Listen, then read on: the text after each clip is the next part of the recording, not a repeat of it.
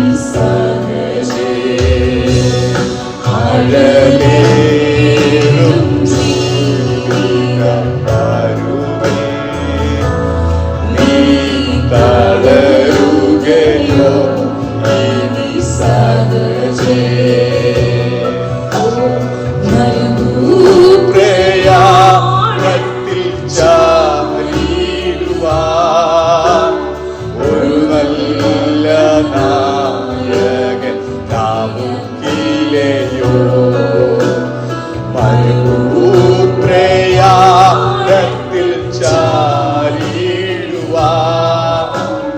ഒരു നല്ല നായകൻ നമുക്കില്ലയോ.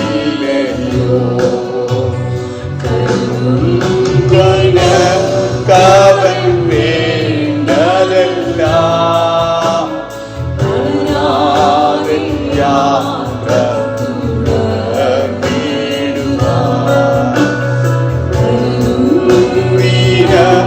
കവൻ വേണ്ടതെല്ലാം തളരാതെ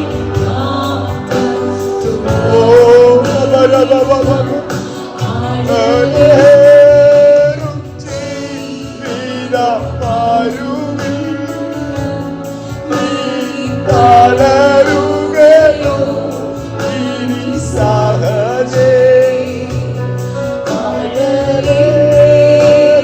ജീവിത പാരുവിൽ തളരുകയോ ഇനി സഹജേ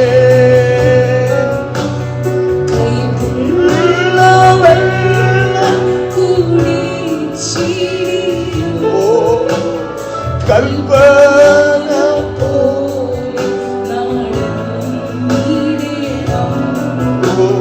കൈപ്പുള്ള വെള്ളം കുടിച്ചിടും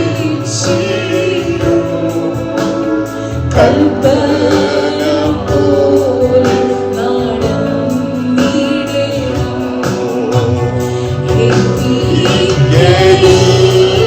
അവൻ സർപ്പൂരം നീ വരെയും ഏൽപ്പിക്കയില്ലവൻ ശത്രുകയിൽ സർപ്പൂരം നീ വരെയും ആഴലേയും ജീവിത തളരുകയോ ഇനി സഹജേ ആഴലേയും ജീവിത പരുവിൽ നീ തളരുകയോ ഇനി സഹജേ ആഴലേയും ജീവിത പരുവിൽ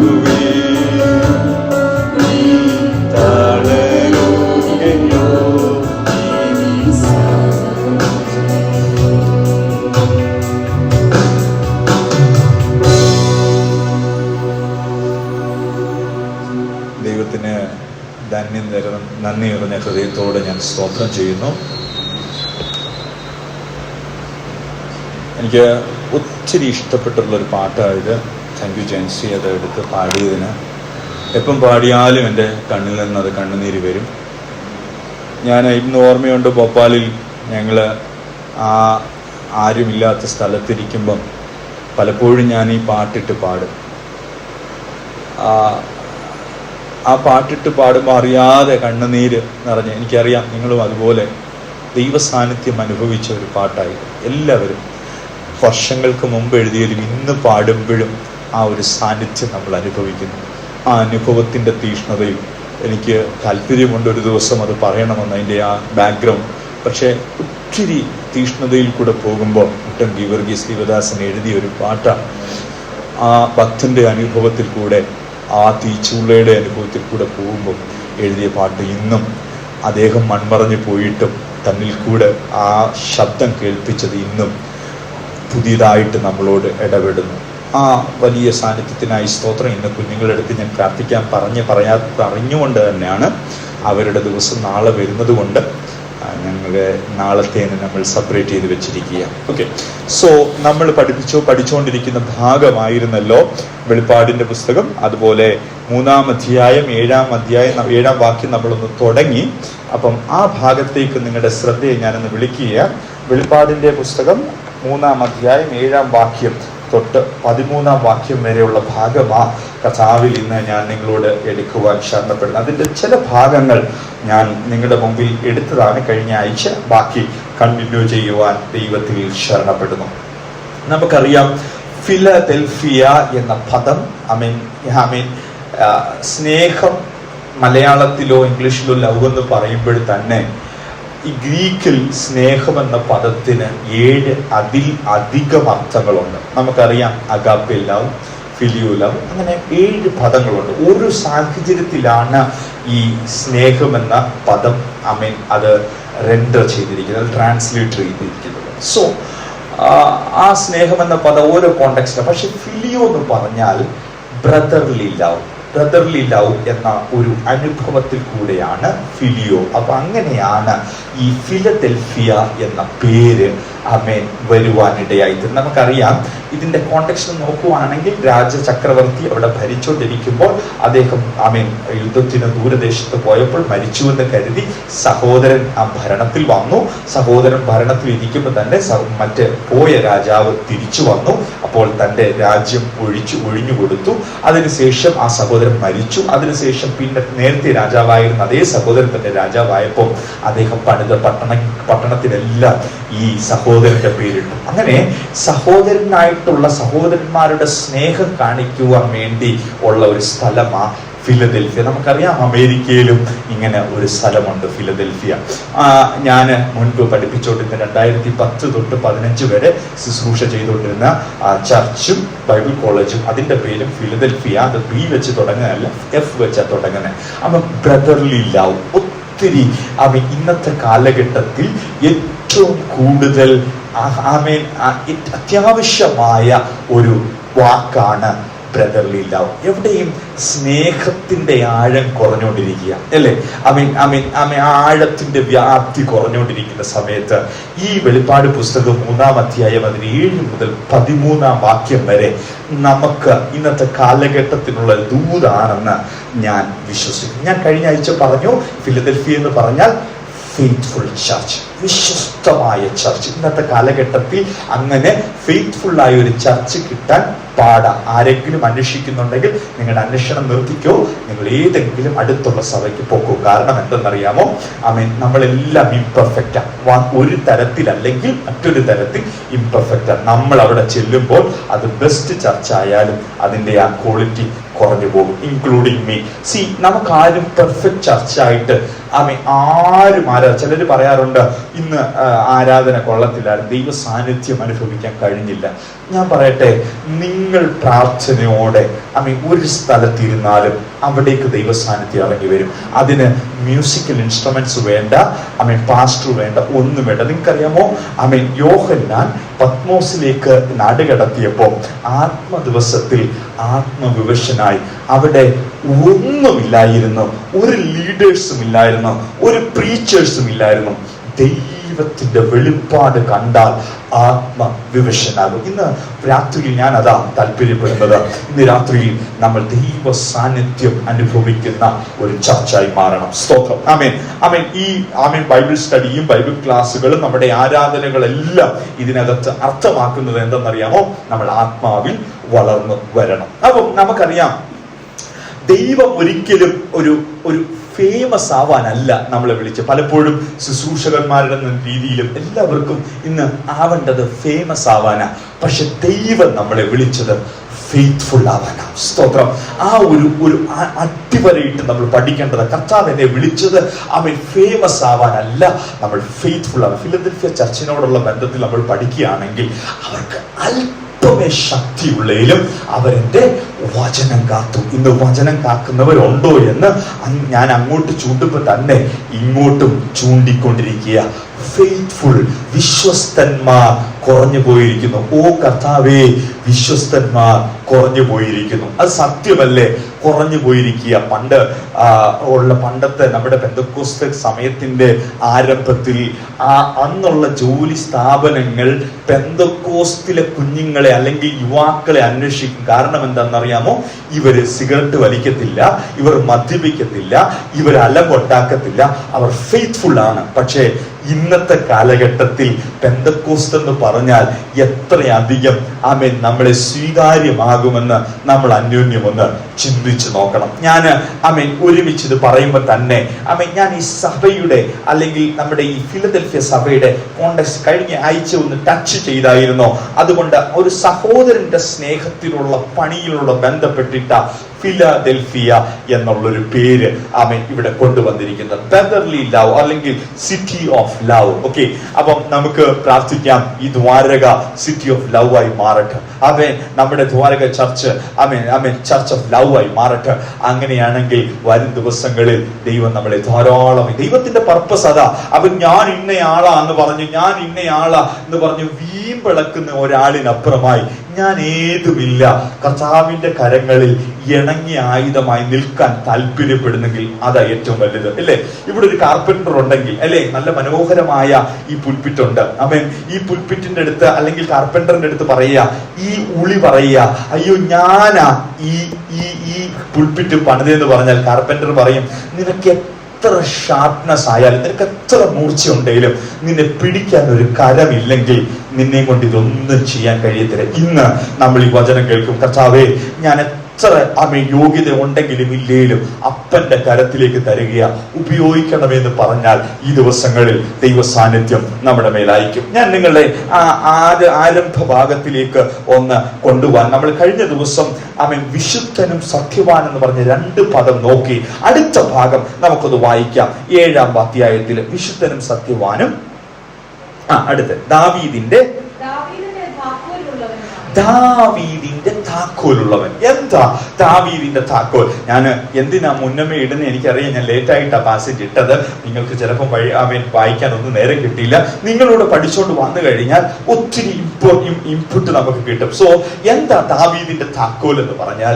എന്താ ദാവീദിന്റെ താക്കോൽ? ആർക്കെങ്കിലും പറയാനുള്ള അവസരങ്ങൾ ഉണ്ടെങ്കിൽ നിങ്ങൾക്ക് പറയാം കേട്ടോ. എന്താ ദാവീദിന്റെ താക്കോൽ?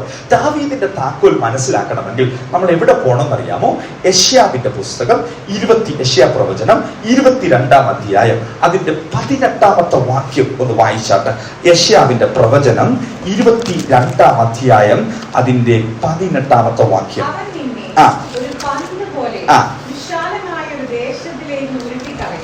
ഈ ബൈബിളിലെ വചനം നിങ്ങൾ ആദ്യമായിട്ടാണ് കേൾക്കുന്നതെന്ന് തോന്നില്ലേ? പലരും ചിരിക്കുന്നുണ്ട്. അവൻ നിങ്ങളെ ഒരു പന്ത് പോലെ വിശാലമായ, ഒന്നുകൂടെ വായിച്ചാട്ടെ.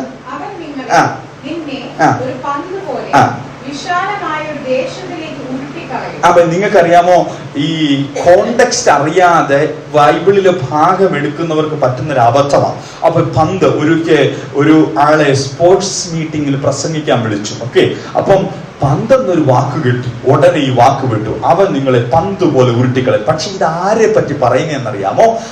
ഷമ്മായി, അല്ലെങ്കിൽ അവിടെ ഇങ്ങനെ എഴുതിയിട്ടുണ്ട്, ഷമ്മായിയെ പറ്റി പറയുക, അല്ലെങ്കിൽ ഷബ്ന എന്ന് പറഞ്ഞ ആളിനെ പറ്റി പറയുക. ഒന്ന് വായിച്ചാട്ടെ, താഴോട്ടൊന്ന് വായിച്ചാട്ടെ.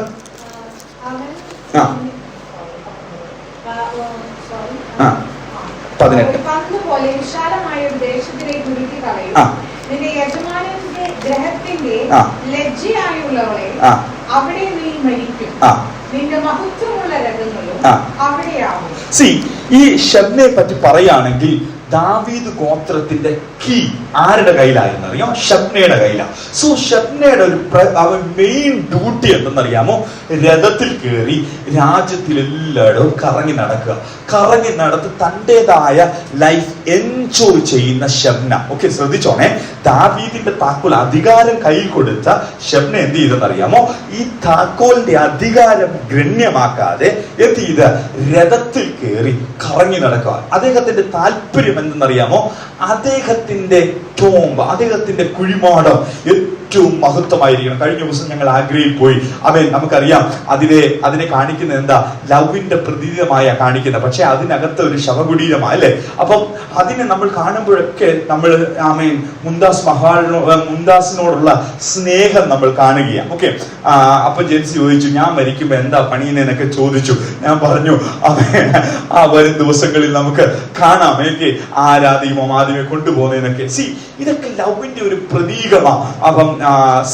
അപ്പം നമ്മൾ താല്പര്യപ്പെടുന്ന ഈ ഷബ്ന എന്ന് പറഞ്ഞ, അല്ലെങ്കിൽ നമ്മൾ ഈ പറഞ്ഞ ഈ ദാവീദിന്റെ താക്കോൽ കയ്യിലുള്ള ആ ദൈവത്തിന്റെ അല്ലെങ്കിൽ ആ അധികാരമുള്ള ആ വ്യക്തി ഷബ്ന എന്ത് ചെയ്യുന്നതെന്ന് അറിയാമോ?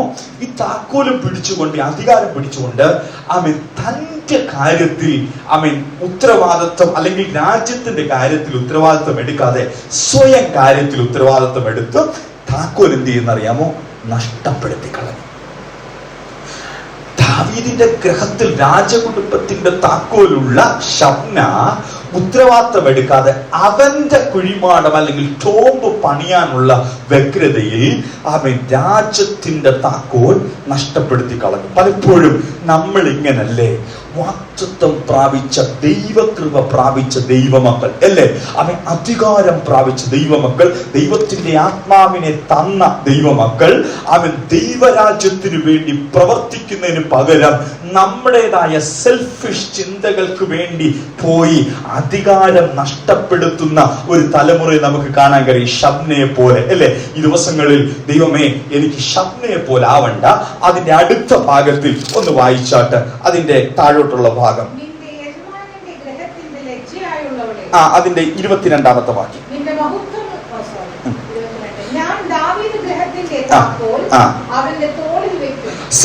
അടുത്തതായിട്ട് ഇവിടെ പറയാ, ഷബ്ന ഫെയ്ത്ത്ഫുൾ അല്ലാതെ ഇരുന്നപ്പോൾ അവിടെ ആരെ തെരഞ്ഞെടുത്തെന്നറിയാമോ?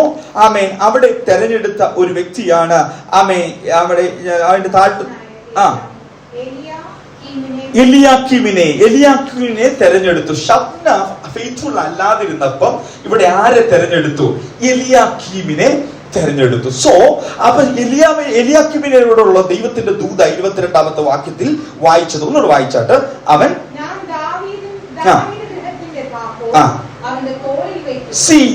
അധികാരം, ദാവീദ് ഗ്രഹത്തിന്റെ താക്കോൽ. നമ്മൾ അറിയാലോ, യഹൂദ ഗോത്രത്തിന്റെ സിംഹമായവൻ, ദാവീദിന്റെ കുറ്റിയിൽ നിന്ന് പുറപ്പെട്ട യേശു നമ്മൾ പഠിക്കുന്നതാ. അപ്പൊ ദാവീദിന്റെ താക്കോൽ ആരുടെ തോളെ കൊടുക്കും?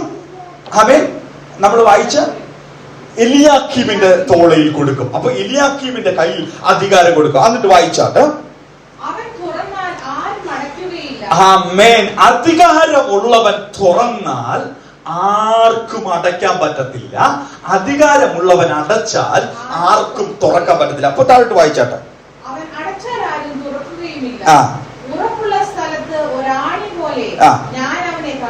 യെസ്, അവൻ വഴുവഴുപ്പിലല്ല നിൽക്കുന്നത്, ഉറപ്പുള്ള സ്ഥലത്ത് ആണി പോലെ. ദൈവത്തിന്റെ ദൂത് നിങ്ങൾ ശ്രദ്ധിച്ചോ?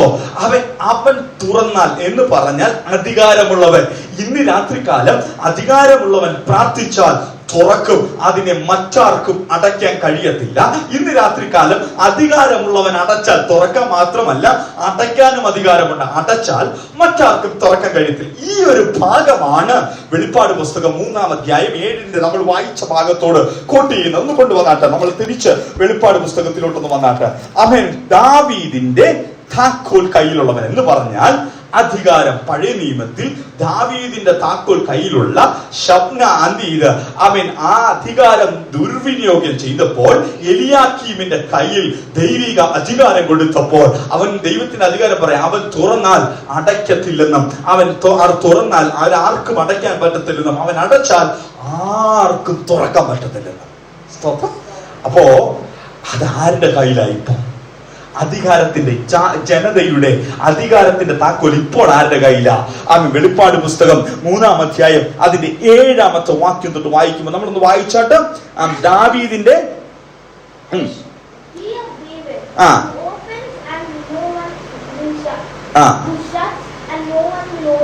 Very good. Okay, key of David. ഒന്ന് മലയാളത്തിൽ വായിച്ചേ.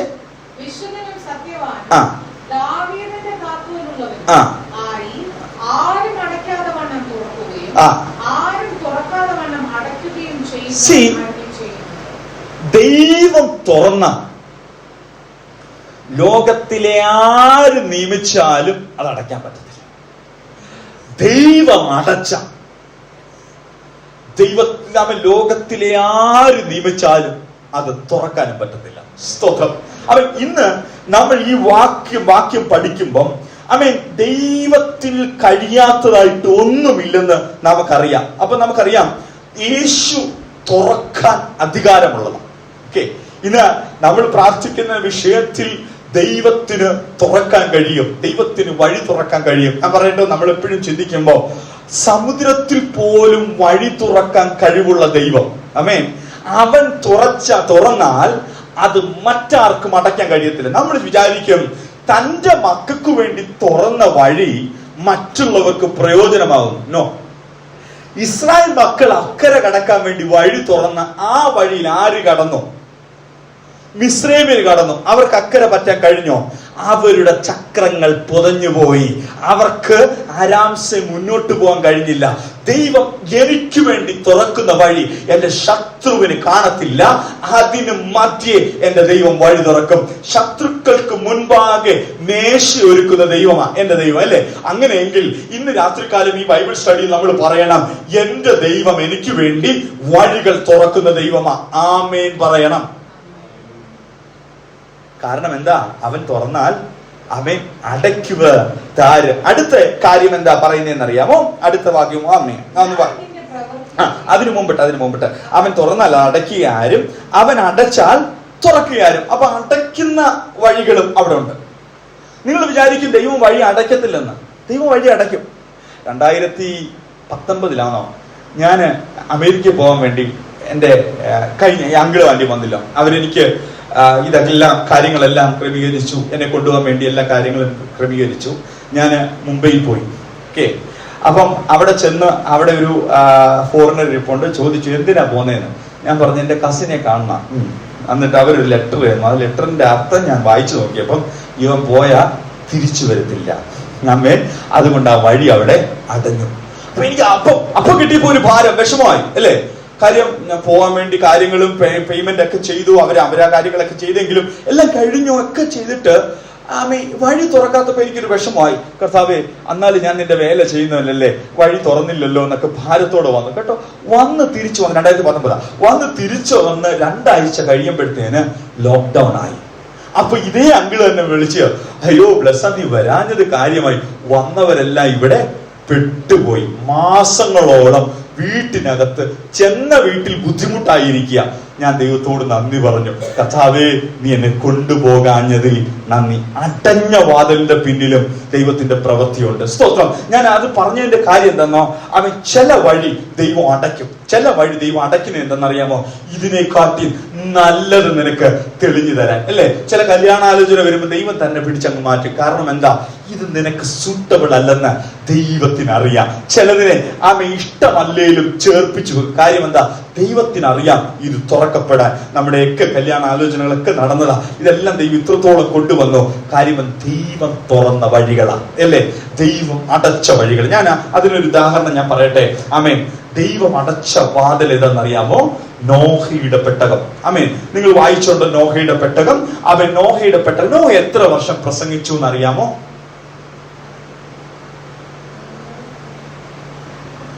നിങ്ങൾ അടുത്ത ആഴ്ച അതൊന്നും പറയില്ല കേട്ടോ. അതെ, ഇപ്പൊ പറയണ്ട, അടുത്ത ആഴ്ച പറഞ്ഞാൽ മതി. നോഹ എത്ര വർഷം പ്രസംഗിച്ചു? അത് സാധാരണഗതിയിൽ ഒരു നമ്പർ എല്ലാരും പറയാറുണ്ട്.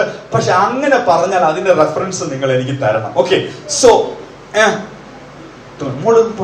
ധൃതി വെക്കണ്ട, അടുത്ത ആഴ്ച വരെ സമയമുണ്ട്. ഓക്കെ, നിങ്ങൾ പയ്യെ കണ്ടുപിടിച്ചാൽ മതി. ഇത് ബൈബിൾ ക്വിസ് ഒന്നും അല്ല, അത് പയ്യെ കണ്ടുപിടിച്ചാൽ. അപ്പൊ നോഹ എന്ത് ചെയ്തു? പ്രസംഗിച്ചു കഴിഞ്ഞിട്ട് അവർക്ക് നോഹയ്ക്ക് അറിയത്തില്ല എന്താ മഴയെന്ന്, അല്ലെങ്കിൽ ആ ദേശക്കാർക്ക് എന്താണ് മഴയെന്ന് അറിയത്തില്ല.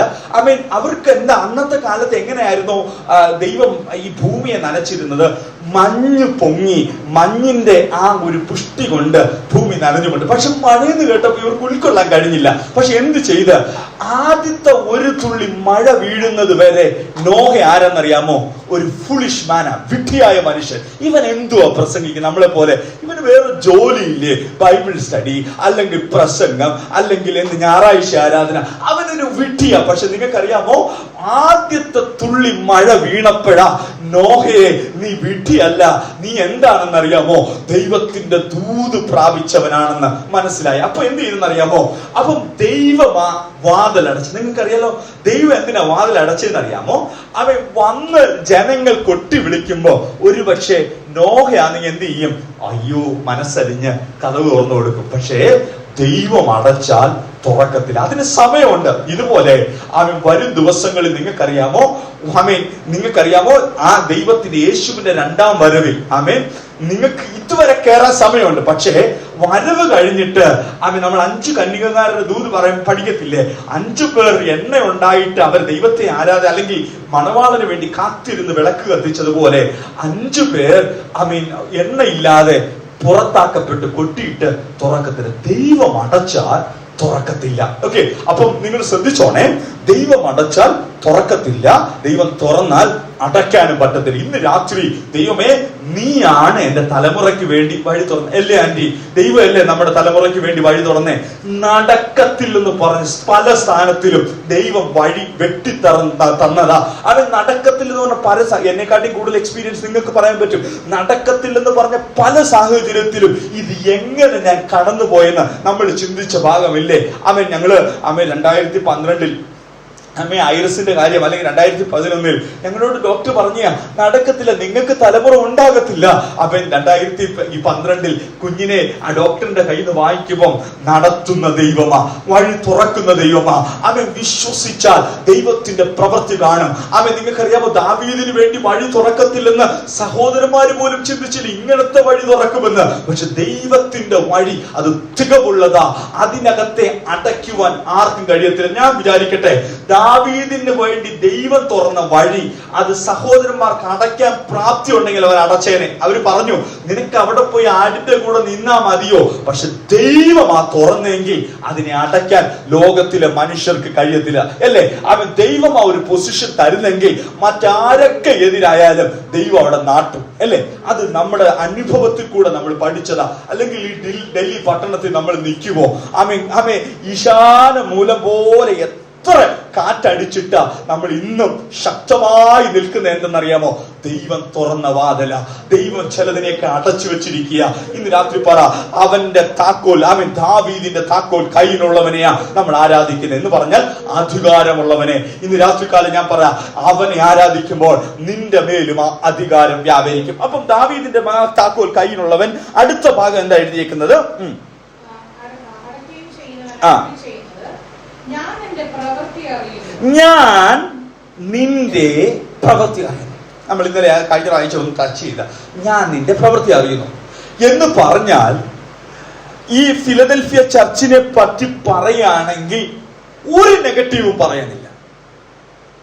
നമ്മുടെ എഫെസോസ് സഭയെ പറ്റി പറഞ്ഞപ്പോൾ ഒരു ലിസ്റ്റ് ഓഫ് ഗുഡ് എന്താ പറയാ, പോസിറ്റീവ് അഫർമേഷൻ പറഞ്ഞിട്ട് ഒരു നെഗറ്റീവ് പറയാൻ പറ്റി. എന്താ ആ നെഗറ്റീവ്?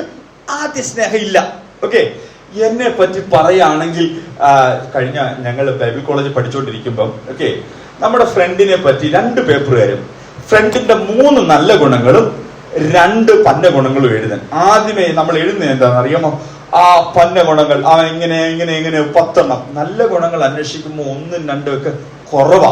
നമുക്ക് എപ്പോഴും ആ ഒരു ക്രിട്ടിക്കൽ മൈൻഡാ എപ്പോഴും. പക്ഷെ നമ്മൾ ചിന്തിച്ചോ, ഈ ഫിലദൽഫിയ ചർച്ചിനെ പറ്റി പറയുമ്പം വലിയ കാര്യമൊന്നും പറവാനില്ല. ഓക്കെ, പക്ഷേ ഇവിടെ നമ്മൾ താഴോട്ട് വായിച്ചപ്പോ എന്താണെന്നറിയാമോ? ഒരു നെഗറ്റീവും ഇല്ല. അത് കഴിഞ്ഞിട്ട് ഇപ്പം വായിച്ച ഭാഗം ഒന്നുകൂടെ വായിച്ചേ. ഞാൻ നിന്റെ പ്രവൃത്തി അറിയുന്നു. നിനക്ക് വലിയ ശക്തി ഒന്നും ഇല്ലേലും ഞാൻ നിന്റെ പ്രവൃത്തി അറിയും. താഴോട്ട് വായിച്ചേട്ടോ.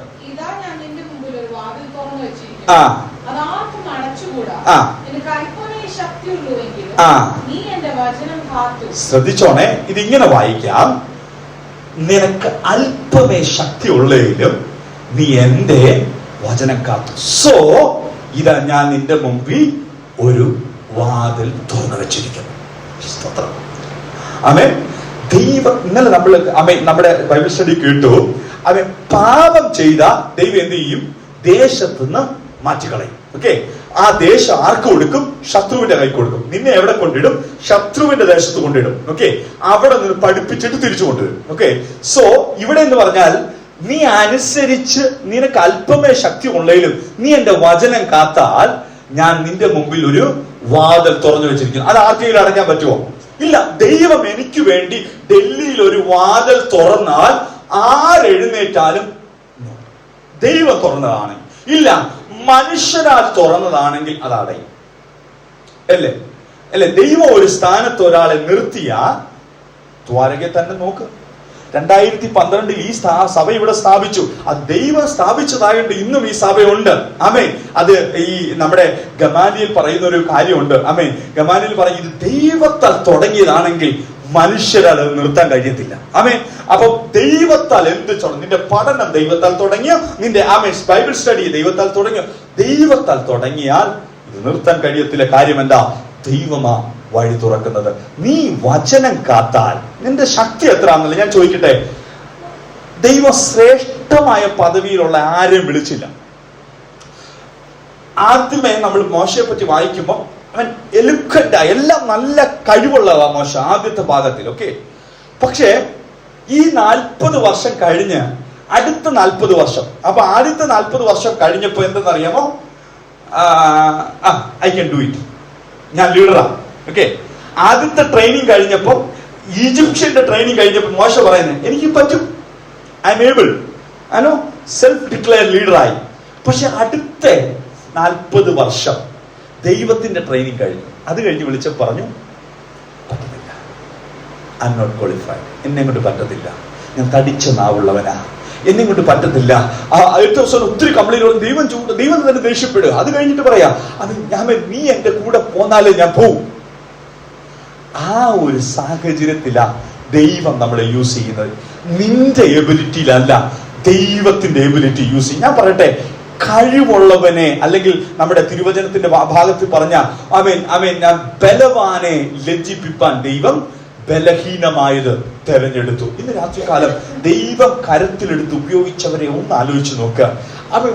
മുക്കുവനായ പത്രോസ്, പ്രോപ്പറായിട്ട് വസ്ത്രം ഇടാൻ കഴിയാത്ത പത്രോസ് യേശുവിനെ കണ്ടിട്ട് എന്താ ചെയ്തത്? വെള്ളത്തിലേക്ക് എടുത്തിയാടി. പക്ഷേ പരിശുദ്ധാത്മാവ് വന്നപ്പോൾ അത് ആരുടെ കഴിവാ? പത്രോസിന്റെ കഴിവാണോ പരിശുദ്ധാത്മാവിന്റെ കഴിവാ? ദൈവം കൊടുത്ത കഴിവാണോ? കാരണം എന്താ? നമുക്ക് കണ്ണടച്ച് പറയാൻ പറ്റും, കാര്യം പത്രോസിന് ഏബിൾ അല്ലായിരുന്നു. സോ ഞാൻ ഏബിളാന്ന് പറയുമ്പോൾ ദൈവം പറയും വെയിറ്റ്. ഒരിക്കൽ ഒരു കുഞ്ഞ്, അല്ലെങ്കിൽ കുഞ്ഞല്ല, പ്രായപൂർത്തിയായ ഒരു യൗവനക്കാരൻ അപ്പന്റെ അടുത്ത് വന്ന് പറഞ്ഞു, എനിക്ക് കല്യാണം കഴിക്കണം. ഓക്കെ. അപ്പൻ പറഞ്ഞു, നീ സോറി പറ. എന്തിനാ സോറി പറയണ്ടേ? ഞാൻ കല്യാണം കഴിക്കണമെന്നല്ലേ പറഞ്ഞു. സമയമായിട്ടില്ല, ഞാൻ നിന്നെ കല്യാണം കഴിപ്പിക്കും. അടുത്ത വർഷം വെയിറ്റ് ചെയ്തിട്ട് അവൻ അപ്പന്റെ അടുത്ത് പറഞ്ഞു, അപ്പൻ ഞാൻ 1 വർഷം വെയിറ്റ് ചെയ്തു, എനിക്ക് കല്യാണം കഴിക്കണം. അപ്പം പറഞ്ഞു, സോറി പറ. ഞാൻ എന്തിനാ സോറി പറയുന്നേ? ഞാൻ തെറ്റൊന്നും ചെയ്തില്ലല്ലോ. എന്നിട്ട് പറഞ്ഞു, അവൻ എന്ത് മനസ്സിലായില്ല. അവൻ പറഞ്ഞു, അപ്പം നിനക്ക് കല്യാണം കഴിക്കാൻ പ്രായമായിട്ടില്ല. അടുത്ത മാസം വന്നു, പിന്നെ മാസമായ ആഴ്ച വന്ന് അപ്പൻ്റെ അടുത്ത് ചോദിക്കാം. ഫൈനലി ഇവൻ പറഞ്ഞു, സോറി അപ്പ, സോറി, ഇപ്പം നീ കല്യാണം കഴിക്കാൻ ഏബിളായി. സി, നമ്മൾ താഴ്ത്തേണ്ടടുത്ത് താഴ്ത്തിയാലേ ദൈവത്തിന്റെ കരം നമ്മളെ ഉപയോഗിക്കും. ഇത് നിനക്ക് അല്പമേ ശക്തിയുള്ളൂ, നിന്റെ കഴിവുകൊണ്ടല്ല. മോശ പറയാ, എന്നെ കൊണ്ട് കഴിയത്തില്ല. നിങ്ങൾക്കറിയാമോ, ഈ 40 ലക്ഷം പേരെ നയിക്കുവാൻ പ്രാപ്തി കൊടുത്ത ദൈവം വിഘ്നായ മോശയാണെങ്കിൽ, മോശ പറയാ, ഞാൻ കൂടെ പോകുമ്പോ എനിക്ക് നിന്റെ സാന്നിധ്യം വേണം. ദൈവം പറയാ, ഞാൻ വിഘ്നാ, ഞാൻ നിന്റെ നാവിന്റെ കൂടെ ഇരിക്കും. എനിക്ക് പ്രാപ്തിയില്ല, ഞാൻ നിന്റെ കൂടെ വരും. നിന്റെ ബലഹീനതയിൽ തികഞ്ഞു വരുന്ന ഒരു ദൈവ സാന്നിധ്യം. ഞാൻ ഇന്ന് ഓർമ്മയുണ്ട്, ആദ്യമൊക്കെ ആയിട്ട് ഞങ്ങളുടെ PVP ഒക്കെ ഉണ്ട്. ആദ്യമായിട്ടൊരു കഥ പറയാൻ കയറിയിരുന്നു. ആദ്യത്തെ 2 വരി എനിക്ക് ഓർമ്മയുള്ളൂ, പിന്നെ എന്ത് ചെയ്യുമെന്ന് അറിയത്തില്ല. ആകെപ്പാടെ വിറച്ച് കരിവാലിച്ചു, എന്തോ ചെയ്യണമെന്ന് അറിയത്തില്ല. നിങ്ങൾക്കറിയാമോ, അത് കഴിഞ്ഞൊരു പാട്ട്, അതും 2 വഴി ഓർമ്മ വന്നു, ബാക്കിയൊന്നും ഓർമ്മ വന്നില്ല. ശ്രദ്ധിച്ചോണേ, ബലമുള്ളതിനെ ലജ്ജിപ്പിപ്പാൻ ദൈവം ബലഹീനമായത് തെരഞ്ഞെടുക്കും. നിന്റെ കഴിവ് കൊണ്ടല്ല, ദൈവത്തിന്റെ കഴിവുണ്ട്. സോ ഫൈനലി നീ പറയത്തില്ല, ഞാൻ ചെയ്തെന്ന് പറയത്തില്ല, എന്റെ ദൈവത്താൽ. ഇങ്ങനെ പറയും, മതിലുണ്ട്, എന്നാലല്ല, എന്റെ ദൈവത്താൽ ഞാൻ ചാടിക്കടക്കും. ഇങ്ങനെ ഞാൻ എന്റെ ശക്തി കൊണ്ടല്ല, സൈന്യത്താലല്ല, ശക്തിയാലല്ല, എന്റെ ദൈവത്തിന്റെ ആത്മാവിനാൽ അത്രേ എന്ന് പറയുന്ന ഒരു നിലവാരത്തിലേക്ക് ദൈവം കൊണ്ട്. നിനക്ക് അല്പമേ ശക്തിയുള്ളതിലും ദ്വാരക ചർച്ചയെ ആമേൻ. ഈ ബൈബിൾ സ്റ്റഡി കേൾക്കുന്ന നിങ്ങൾക്കോട് ദൈവത്തിന്റെ ദൂത് പറയുക, നിനക്ക് അല്പമേ ശക്തിയുള്ളതിലും വചനം കാത്താൽ ഒരു ചെറിയ വാതിൽ അല്ലെങ്കിൽ ഒരു വാതിൽ നിനക്ക് വേണ്ടി തുറന്നു വെച്ചിരിക്കുന്നു. മുന്നോട്ട് വായിച്ചാട്ടെ.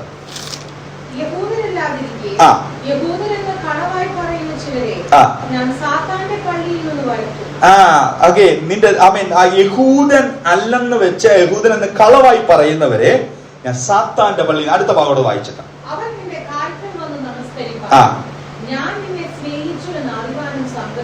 സി, അത് അന്നത്തെ കാലത്ത് യഹൂദൻ എന്നിരിക്കെ യഹൂദൻ അല്ലാതെ വരെ യഹൂദൻ എന്ന് പറഞ്ഞ് നമസ്കരിക്കുവാനൊക്കെ പറയും. അത് ഇന്നത്തെ കാലത്ത് പറയുവാണെങ്കിൽ നമുക്ക് പറയാം, വിശ്വാസി അല്ലാതിരിക്കെ വിശ്വാസി എന്ന പേരിൽ വന്നവനെ. ശ്രദ്ധിച്ചോണേ, അന്നത്തെ കാലത്ത് ആ യഹൂദൻ എന്ന് പറയുമ്പം നമ്മളോടുള്ള കോണ്ടെക്സ്റ്റ് പറയുക. ആ ഭാഗം, അവസാനത്തെ ഭാഗം വായിച്ചു, ഒന്നുകൂടെ വായിച്ചാട്ട്.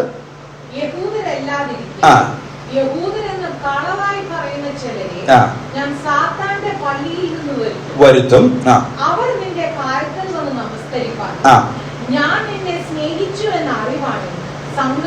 അപ്പം ഈ കള്ളന്മാരുടെ ഇടയിൽ ദൈവത്തിന്റെ സ്നേഹം നിന്റെ മേലുണ്ടെന്ന് നീ മനസ്സിലാക്കും, അവർ മനസ്സിലാക്കും. അതായത് മറ്റുള്ളവർക്കൊരടയാളമായി മാറും. എങ്ങനാ? നീ വചനം കാത്ത. ആമേൻ. അത് ആമേൻ, ദൈവത്തിന്റെ ദൂതൻ നമ്മുടെ പാസ്റ്റേജിൽ നടന്ന പ്രാർത്ഥനയിൽ നമ്മൾ ഇങ്ങനെ ഒരു കാര്യം പറഞ്ഞായിരുന്നു അല്ലെ, കുറെ വിത്ത് കൊണ്ടുപോയി ഫെലിസ്ത്യര് ആമേൻ നാണിച്ചു പോകുന്ന രീതിയിൽ ആമേൻ ഭക്തനെ ദൈവം ഉയർത്തി. ആമേൻ. അങ്ങനെയെങ്കിൽ വചനം കാത്താൽ കള്ളം പറഞ്ഞ് ആമേൻ വക്രത കൊണ്ട് നിന്റെ മുമ്പിൽ നിൽക്കുന്നവരുടെ മുമ്പിൽ ദൈവം നിന്നെ സ്നേഹിക്കുന്നു എന്നുള്ള അടയാളം കാണിച്ചു തരും. You become a sign. ആമേൻ. എന്തെന്നറിയാമോ? ദൈവത്തിന്റെ സ്നേഹം വഹിക്കുന്നത്.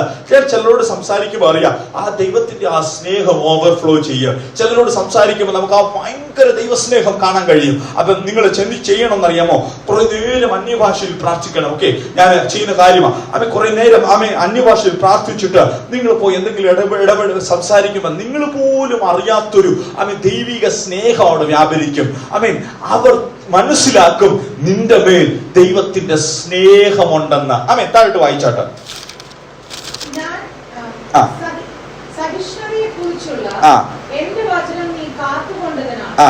ഭൂമിയിൽ വസിക്കുന്നവരെ പരീക്ഷിക്കേണ്ടതിന് ഭൂതലത്തിൽ എങ്ങും വരുവാനുള്ള പരീക്ഷാകാലത്ത് ഞാനും നിന്നെ കാക്കും. സി, ഒന്നുകൂടെ ഭാഗം ഒന്ന് കറക്റ്റ് ഒന്നുകൂടെ വായിച്ചേ.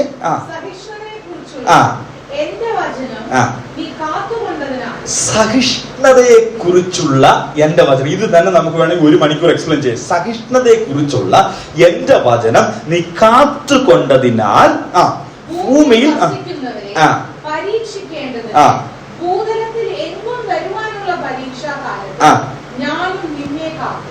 ഭൂലകത്തിൽ എങ്ങും വരുവാനുള്ള പരീക്ഷ എന്ന് പറഞ്ഞാൽ നിത്യന്യായ വിധിക്ക് മുൻപേ തന്നെ ഞാൻ നിന്നെ കാക്കും. റെവലേഷൻ പഠിക്കുമ്പോൾ പല വ്യൂസ് ഉണ്ട്. ഓക്കെ, പലരും വിശ്വസിക്കുന്നു സഭ മഹാഉപദ്രവത്തിൽ കൂടെ കടന്നു പോകും. ചിലർ പറയുന്നു ഇല്ല, ചിലർ സഭ മഹാഉപദ്രവത്തിൽ കൂടെ കടന്നു പോകത്തില്ല. അങ്ങനെ പല വ്യൂസ് പറയുമ്പോൾ ഈ വചനം പറയുക, ഭൂലോകത്തിൽ ഉണ്ടാകുന്ന പരീക്ഷയ്ക്ക് മുൻപേ ഞാൻ നിന്നെ രക്ഷിച്ചോണ്ട് പോകും. അതാ ദൈവത്തിന്റെ കരുതൽ. നീ ദൈവത്തിന്റെ വചനം കാത്താൽ മറ്റുള്ളവരുടെ കൂടെ നിന്നെ അനുഭവിക്കാൻ ദൈവം സമ്മതിക്കത്തില്ല. നിന്നെ അതിൽ നിന്ന് ദൈവം വിടുവിച്ചോണ്ട് പോകും. ഇന്നത്തെ കാലത്തിൽ ഏറ്റവും കൂടുതൽ പ്രസക്തിയുള്ള, കഴിഞ്ഞ ദിവസങ്ങളിൽ ആരോ പറയുന്നത് കേട്ട്, ഏറ്റവും കൂടുതൽ സെർച്ച് ചെയ്ത ഭാഗങ്ങൾ ഇങ്ങനെയാ. യൂട്യൂബിൽ എന്താണെന്നറിയാമോ? യേശുവിന്റെ 2ാം വരവിന്റെ അടയാളങ്ങൾ, അല്ലെങ്കിൽ അതിനെക്കുറിച്ചുള്ള ടീച്ചിങ്, യുദ്ധങ്ങളും യുദ്ധശ്രുതികളും കേൾക്കുമ്പോൾ ജനമെല്ലാം ഭയത്തോടിരിക്കുക. അപ്പോഴും നമ്മൾ വായിച്ചതുപോലെ ആദ്യമേ താക്കോല് പ്രാപിച്ച ആ ദാവീദിന്റെ അല്ലെങ്കിൽ ഗ്രഹവിചാരകൻ എന്ത് ചെയ്യുന്നത്?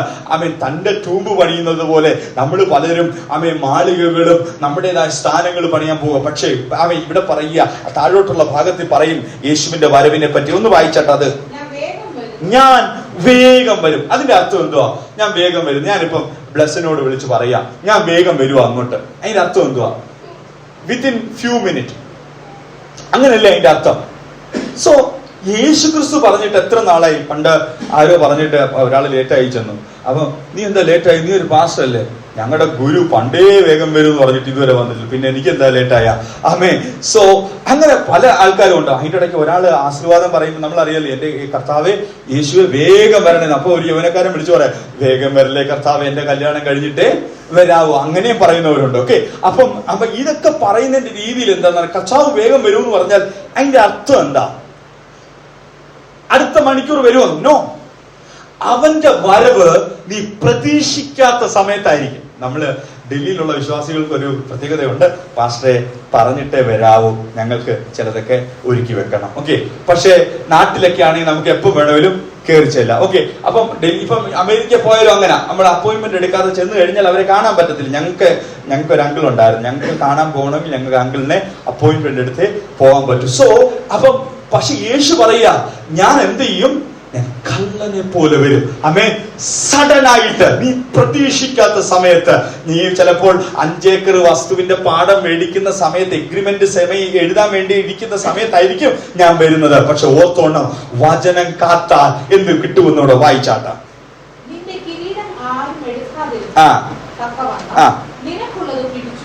ആ കിരീടത്തിന്റെ ഭാഗം വായിക്കുമ്പോൾ എനിക്ക് നിങ്ങളുടെ ശ്രദ്ധയെ 1 തെസ്സലോനിക്കർ 2:9 വാക്യോടെ ഒന്ന് കൊണ്ടുവന്ന് നമുക്ക് അവിടെ കൺക്ലൂഡ് ചെയ്യാം.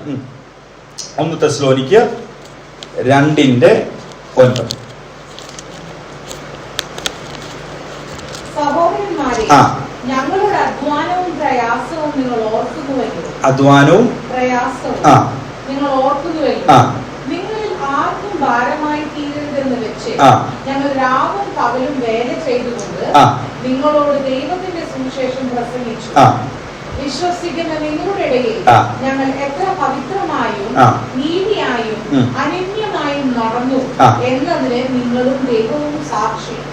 തന്റെ രാജ്യത്തിനും മഹത്വത്തിനും നിങ്ങളെ വിളിക്കുന്ന ദൈവത്തിന് യോഗ്യമായി നടക്കാൻ തക്കവണ്ണം ഞങ്ങൾ നിങ്ങളിൽ ഓരോരുത്തരെ അപ്പൻ മക്കളെ എന്ന പോലെ പ്രബോധിപ്പിച്ചും സഹായിപ്പിച്ചും സാക്ഷ്യം പറഞ്ഞും പോന്നു എന്ന് നിങ്ങൾ അറിയാമല്ലോ. ഞങ്ങൾ പ്രസംഗിച്ച ദൈവവചനം നിങ്ങൾ കേട്ടു. മനുഷ്യന്റെ വചനമായിട്ടല്ല, സാക്ഷാലാകുന്നത് പോലെ ദൈവവചനമായിട്ട് തന്നെ കൈക്കൊണ്ടതിനാൽ ഞങ്ങൾ ദൈവത്തെ ഇടവിടാതെ സ്തുതിക്കുന്നു. ഞാൻ ശ്രദ്ധിച്ചോട്ടെ, ദൈവത്തിന്റെ ദാസൻ ഇങ്ങനെ എഴുതി പറയാ, അവൻ ഞാൻ അധ്വാനിച്ചു, ഓക്കെ, ഞാൻ പ്രയത്നിച്ചു, ഞാൻ എല്ലാം ചെയ്തു. ഇതിന്റെയൊക്കെ റിസൾട്ട് എവിടെ ആയിരിക്കും കിട്ടുന്നത്?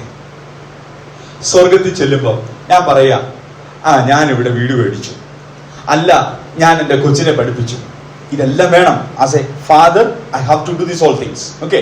പക്ഷേ ഇതിനപ്പുറമായിട്ട് എല്ലാവരും പല കച്ചകൾ കൊണ്ടുവെക്കുമ്പോൾ ദൈവം ചോദിക്കും, നീ എന്ത് കൊണ്ടുവന്നു?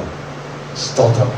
അപ്പം ഞാനൊരു കാര്യം പറയട്ടെ, നീ ഒരു ട്രാക്ട് കൊടുക്കുമ്പോൾ ആ ട്രാക്ട് വായിക്കുന്നവനും അത് എഴുതിയവനും, അത് എഴുതിയവനും അത് പ്രിന്റ് ചെയ്തവനും അതിന് പൈസ ചെലവഴിച്ചവനും ആമേൻ അത് കൊടുത്തവനും എല്ലാം പ്രതിഫലമുണ്ട്, അല്ലേ? ഒരു കൺവെൻഷന് ഒരാള് മാനസാന്തരപ്പെട്ടാൽ പ്രസംഗിക്കുന്നവന് വേണ്ടി മാത്രമേ ഉള്ള പ്രതിഫലം. നോ, ആ കൺവെൻഷൻ സംഘാടകനും അതിന്റെ കാര്യങ്ങളെല്ലാം ക്രമീകരിച്ചവനും വർഷിപ്പ് ലീഡർ, ഇതിനെല്ലാം പ്രതിഫലമുണ്ട്.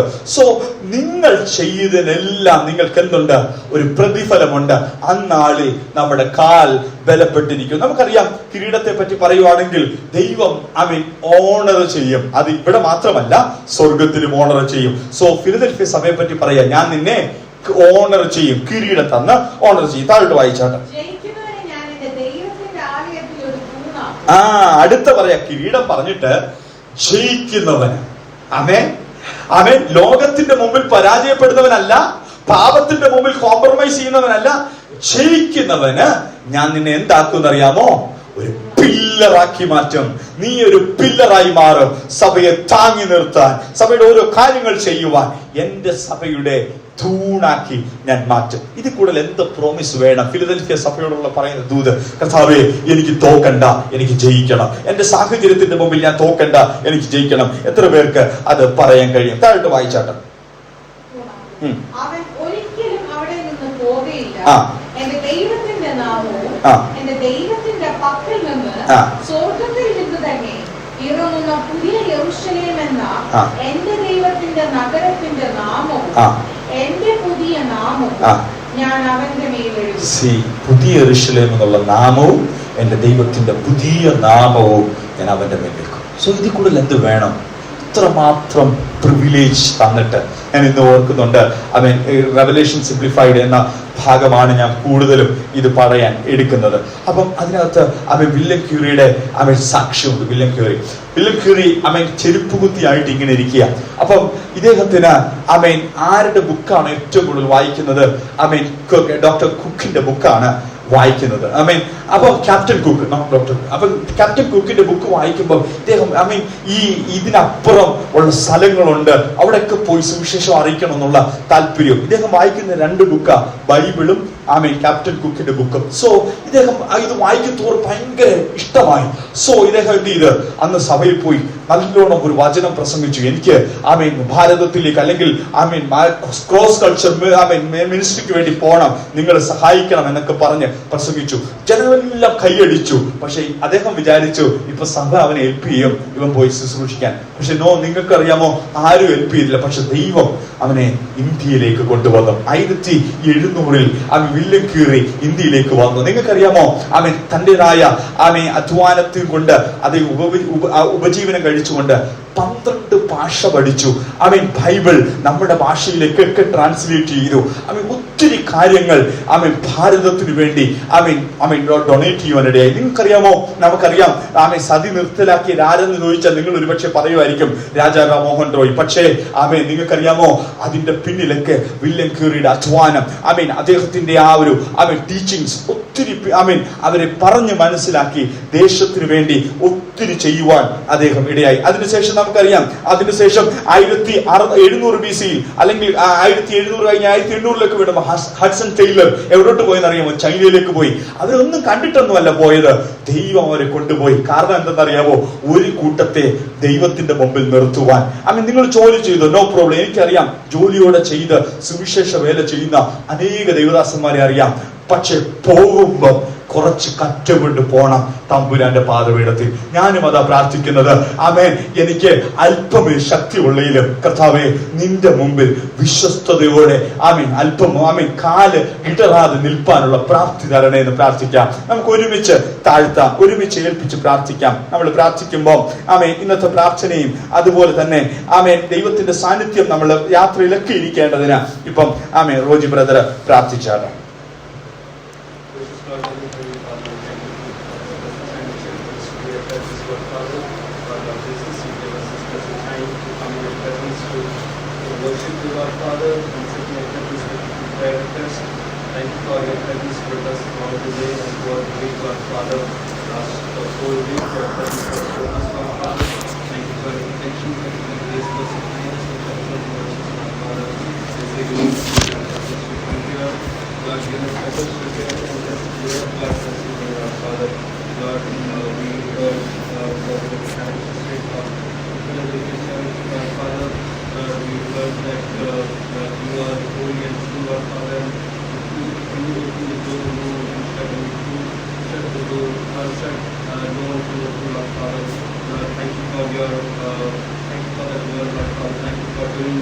all the good things which you have done in the past, Lord Father. Thank you for all your grace, mercy, kindness which you have shown towards us, Lord Father. Help us to be more faithful to you, Lord Father. Help us to do great things for you in the coming days, Lord Father. Lord, help us to live by and according to the word of God, Lord Father. Thank you for your faithfulness towards us, Lord Father. We have not been faithful to you, Lord Father, but in every walk of our life, Lord, you have been leading and guiding us, Lord Father, and have been faithful to us, Lord Father. Thank you once again for everything. Thank you for anointing Pastor to teach from the word of God, Lord Father. Thank you for your presence of the Holy Spirit among us, Lord Father. Lord, we submit once again each one of us in your presence, Lord Father, and you can come for this prayer meeting this evening. Lord, you know everybody's situations. You bless them, guide them, Lord Father, wherever they are, Lord.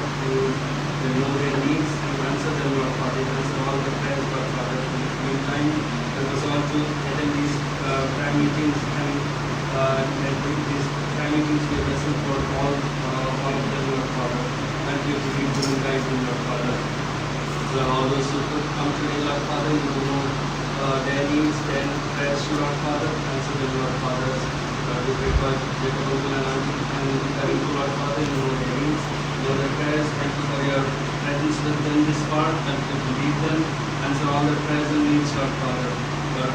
easy we have helped us to come for this prayer meeting. Continue to use him mightily, Lord Father, and we pray that this meeting be a blessing in this life, Lord Father. Lord, we pray for blessing and dwellers, Lord Father. Lord, help them also to come here this evening.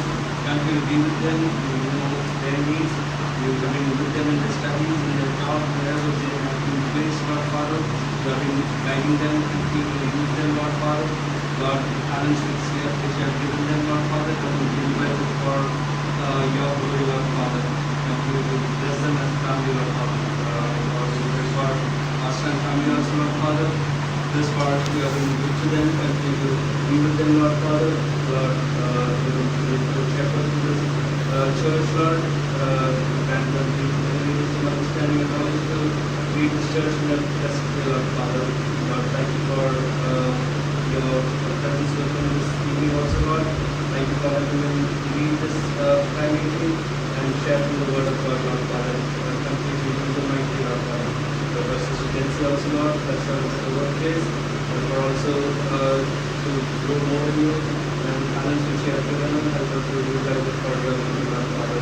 Lord, we pray for eyes also, Lord Father, next week.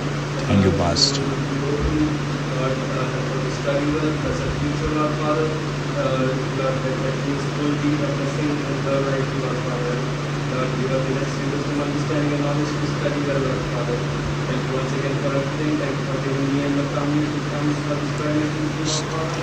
Lord, thank you for answering our prayers in the past, and we know that you answer all our prayers in the coming times, Lord Father.